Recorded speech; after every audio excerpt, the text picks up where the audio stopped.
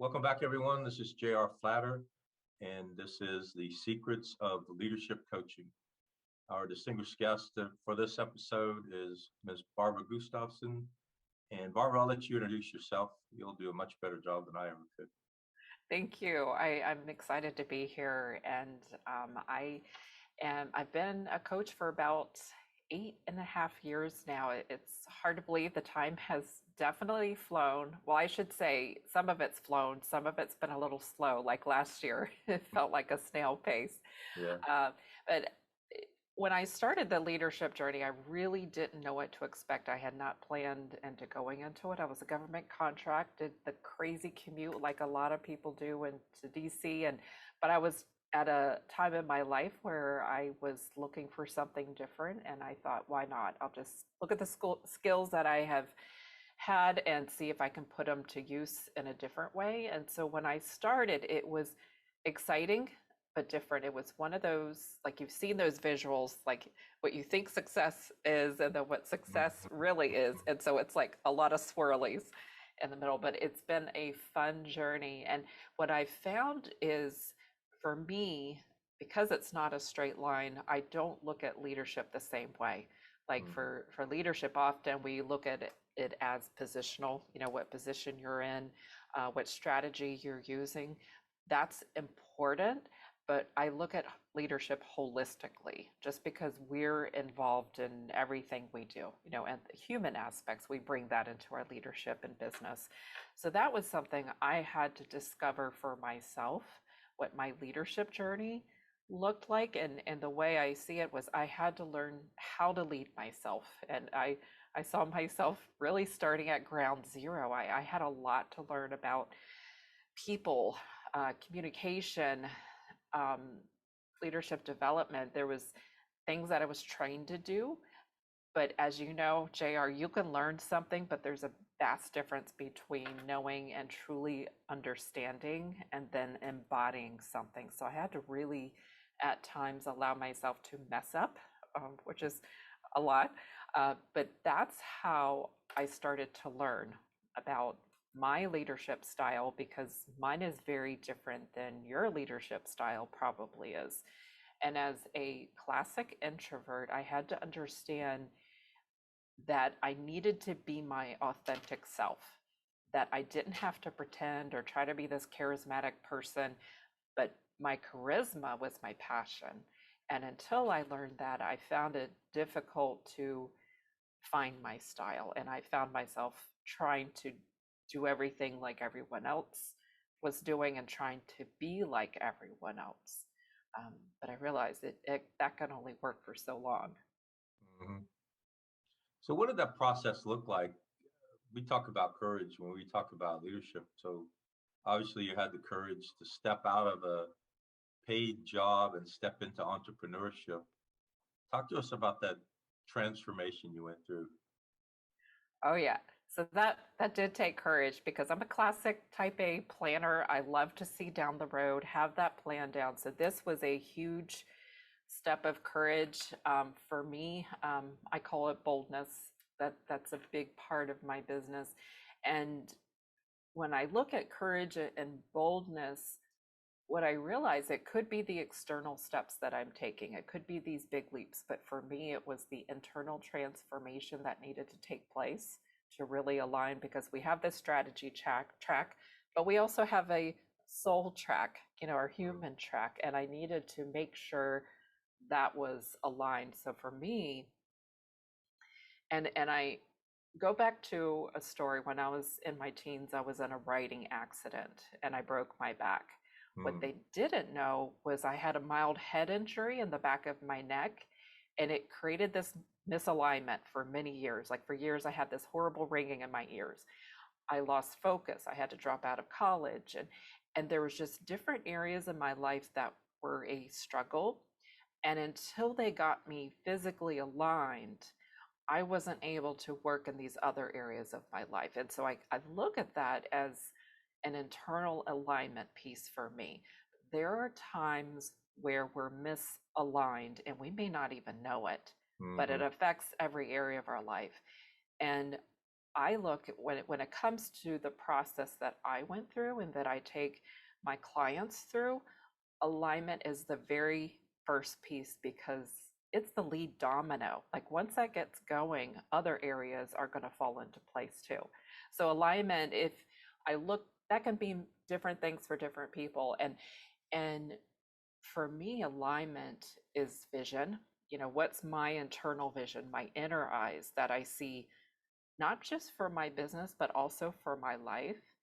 Um, Energy, that's a huge one, just because leaders and business owners and coaches, energy management is key because if we're not managing our energy, it's leaking all over the place.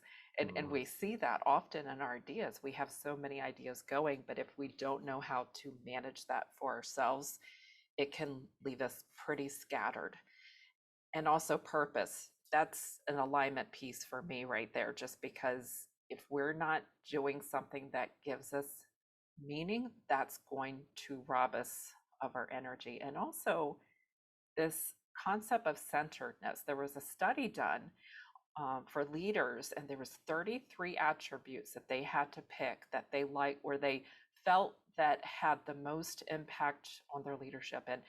And when I was looking through this, I thought it would be like strategy or vision or something, but it wasn't. It was centeredness, just because mm, centeredness, when you have that, it opens up to all the other skills that you have, like decision making. When you're able to make a decision from a place of presence and centeredness versus a decision out of fear, it could be a very different decision you make, and it could cause you to communicate it differently to the people that you mm. lead. Mhm. So, what are the skills that I need if I am going to become a coach? And how do I get those skills? Wow, that's a good question. The first thing that comes to my mind is curiosity. Hmm. If we're not curious, we're going to look for shortcut answers. We might get the answers that we need at the time, but it's going to limit us and the quality of our answers. So, coming with a place of curiosity, even a question, even if you don't understand something, what if I knew? You know, I don't fully understand, but what if I knew a little bit more? How would my life be different? So for me, questions is critical. Like I coach myself a lot. Sometimes I have these verbal conversations.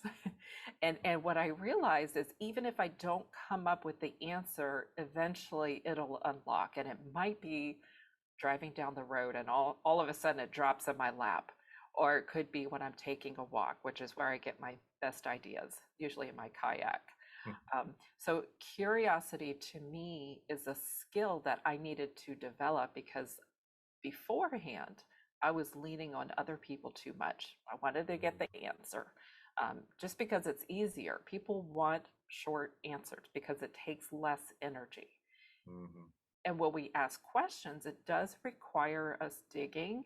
And sometimes it can be frustrating if we don't get it right away. But what I found is it taps into an inner resource that we didn't know we had. And I look at it as these hidden parts of us that are waiting to get out. And for me, that's tied to my boldness. Like when I can tap in to these parts that are waiting to get out, it's those parts that will make the greatest impact. It's more than what we see on the surface. Thank you for that. So, I hear a lot about different niches within the coaching world: life coach, leadership coach, executive coach, business coach. Do I need a niche? And do you have one? This is a fun question because there's a lot of people who say different things, and I look at my journey as a coach to try to find my niche. And it is helpful to narrow down because the more narrow and specific you are, it will reach the people that are needing that specific thing. I see myself, I don't know if you've heard this term, a multi-passionista. I Mm, I I love that. have several niches, but what okay, so I'll share with you my niches or the people that I reach out to. Key decision makers, leaders, healthcare workers, and women. And it doesn't mean that I just serve only one of those, but they all interconnect. And the Mm, way they interconnect is they want to get their bold ideas out there. They also are passionate about a social cause. There is some social cause in their community or within their team that they're passionate about, and it goes a level deeper than just I want to grow my business just to check mhm, off the box. These are people who want to create a ripple effect, who love to collaborate. That's another connection. They absolutely love taking their ideas and making them better. They're not afraid to be wrong. They are willing to get uncomfortable. They're highly motivated, high achievers, but they also are highly stressed. They tend to overwork because they love what they do so much. mm. So that's a lot. It's I would probably, if I were to sit down with a marketing person, he'd probably say, no, no, no, that's not the way to do that. But that's how I have evolved. And that is how I've been growing my community. Very nice. So, for someone thinking about becoming a coach or even adding coaching skills to their leadership, what advice or what information sources might you offer? So my first piece of advice is to honor where you are. Just Mm, because coaching is a skill that you build and what I see out there, and honestly it's a little disheartening. I see coaches shaming other coaches for mm, not doing a certain or being a mhm. certain way, and I know for me I had to really grow into it and learn the skill, um, and honor myself, being very gentle with myself, but also seeing that your client, seeing them as they know themselves too. They honor where they are. And one of the things that I, for myself, struggled with and occasionally still do is projecting my ideas and advice on someone. So always asking their permission, Mhm, and mhm. letting them know, hey, if I ever cross the line when I'm coaching you, if I ever share something that you feel is encroaching on your gut feeling, you need to call me out. And just so having that dynamic relationship and transparency that yes, I'm guiding you, I'm helping you discover your blind spots, but you're the expert of you, and only you can decide what's best for you. Yeah, that's good. Thank you so much. So, this is called the secrets of coaching. So, in order to be a distinguished guest, you have to give up one of your secrets. Okay. So this is probably going to be disappointing because it's not earth shattering, but I will tell you, as someone who often gets in my head so much, it's something that I do behind closed doors, and often it's hard to share. Like it's easy to share our successes, but sometimes it's harder to share our failures, when we mess up, fall flat on our face. But one thing that I do that really gets me out of my head is I write, I journal in it. And like I said, Mhm, it wasn't earth shattering. I have specific ways I do this, and you may have heard that phrase, get the elephant out of out of the room.